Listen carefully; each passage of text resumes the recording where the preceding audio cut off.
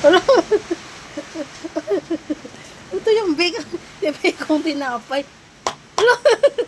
Walang bato man. Wala. Unsa ni man? Walang bato ni man. Papa, halika nga. Papa. Papa. Bay, halika nga. Bilisan mo. Bay, halika. Bilisan mo. Sawa. Kung saan ang tinapay ko niyon? Maalsa mo na kanina. Pwede man ibato sa'yo man. Baka nasobrahan. Ambot. Lo, Unsa naman eh. Pwede na ibato sa'yo. Ay baka sa taas lang? Wala nga dito. Bakit mo ako na agad? Binit-bit na agad ang tinapay. Ay, Diyos ko. Papa! Ano lasa? Ha? Siyempre, wala with lasa, be? Hindi ba na? Tigas naman na ito.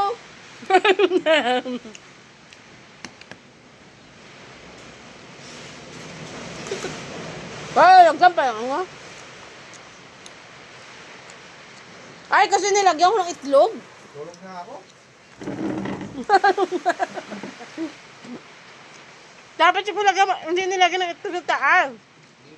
Hindi pala ako kumain. Ay, uminom ng tubig. Ano na? Sarap. Masarap? Lagyan natin matikilya. Excited kasi si Papa mo kaunon eh. Murang iba to, be? Pero okay Matigas nga. naman. Matigas naman sa labas kasi parang ni-brush ko ba siya ng itlog. Tapos, okay naman siya sa loob. Soft na siya sa loob. Kain kayo ha? Okay, ma'am?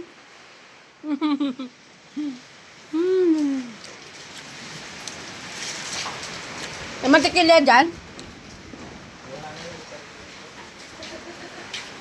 Nawala na daw excitement niya. Gusto kumain. Dapat para pa to sa almusal bukas. Eh gusto niya nakainin. Matikman niya.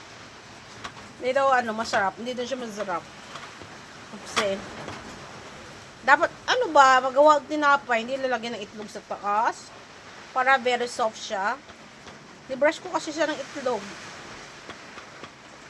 Dapat di ko na lang ni-brush ng itlog eh. Pero okay naman siya. Kay soft naman sa loob. Matigas nga lang sa labas.